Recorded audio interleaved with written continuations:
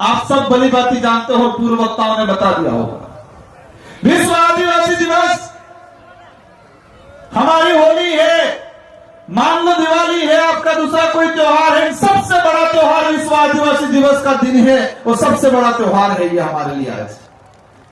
साथियों, वो दिन याद आ रहा है मुझे जब 2015 के अंदर 2016 में हम कलेक्ट्री गए थे, विश्व आदिवासी दिवस मनाना है, हमें कहीं जगह दिया जाए। तत्कालीन प्रशासन, तत्कालीन सरकार ने कहा नहीं मना सकते हो आप।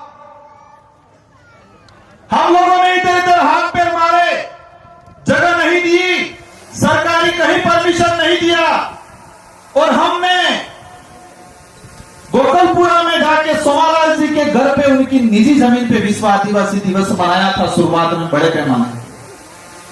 शुरुआती एंडिंग की अगर बात करें, थोड़े संख्या हुई थी, और उस समय कई लोग हंसते थे, कई लोग ताने मारते थे, लेकिन मुझे इस विचारधारा पे गर्व है कि इस विचारधारा में आज ऐसी क्रांति ला दी है कि हर घर के अंदर छोटा बच्चा से लगा के बड़े बुजुर्ग के अंदर आज जोश जुनून है, एक उत्साह जगा हुआ इस दिवस को लेके।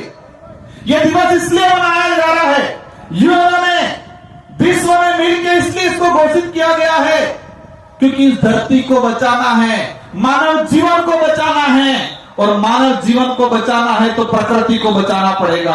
और प्रकृति, कुदरत तभी बच सकती है कि आदिवासी समाज बचेगा तो ये कुदरत प्रकृति बचेगी, जल जंगल जमीन बचेगा।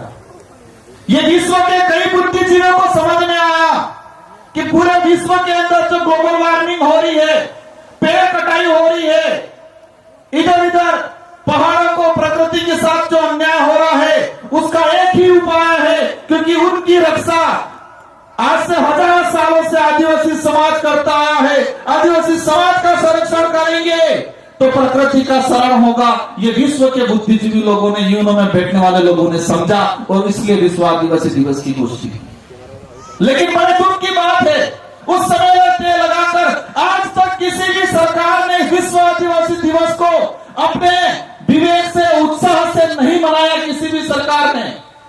लेकिन हमें गर्व है कि हमने यहां पर आदिवासी छात्रावास के अंदर आप सभी ने मिलकर एक कारवा खड़ा किया। उस समय तत्कालीन सरकार थी वसुंधरा गवर्नमेंट की, और उन्होंने मजबूर में ऐच्छिक अवकाश घोषित किया।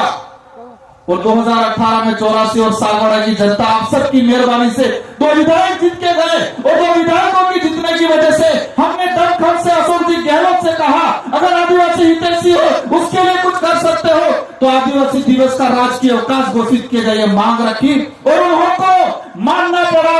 और 2018 में विश्व आदिवासी दिवस की सरकारी अवकाश किया गया 2019 के अंदर। कुछ लोग कहते हैं क्या किया, क्या उपलब्धि, ये बहुत बड़ी उपलब्धि है हमारे लिए, हमारी आइडेंटिटी, हमारे अधिकारों की रक्षा।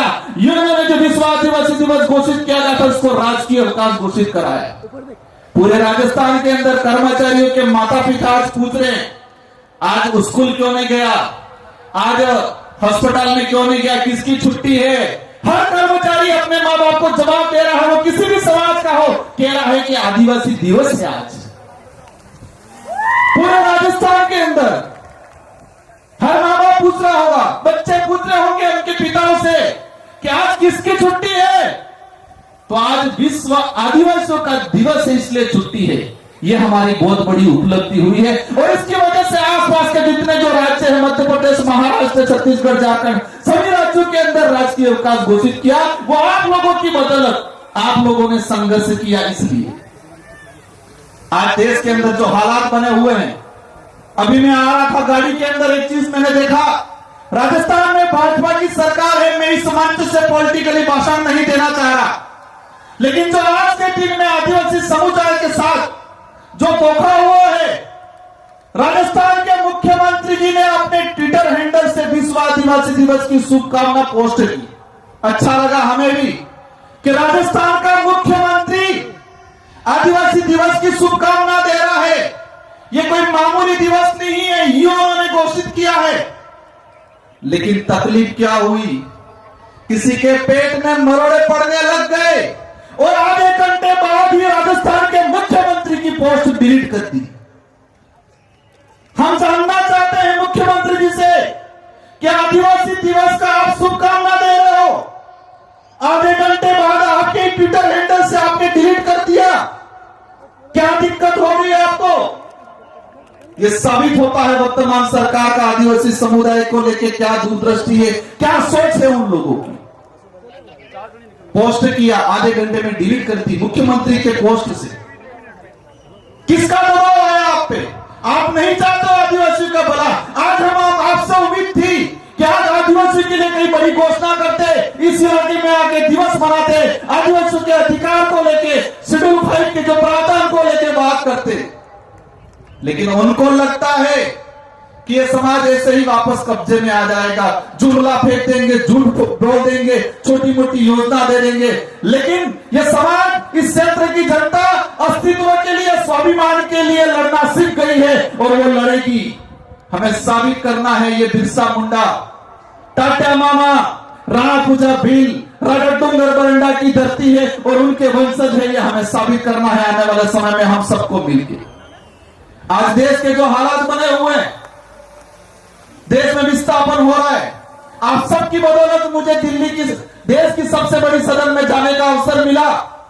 मैंने एक डाटा निकाला, पिछले 5 साल के अंदर कितने आदिवासी विस्थापित हुए अलग अलग प्रोजेक्टों के नाम से। टाइगर प्रोजेक्ट के नाम से पिछले 5 साल में 2.5 लाख आदिवासियों को विस्थापित किया इन सरकारों ने। अन्य सभी परियोजना मिला के पिछले 5 साल के अंदर 4 से 4.5 लाख आदिवासियों को विस्थापित किया गया है इस देश के अंदर।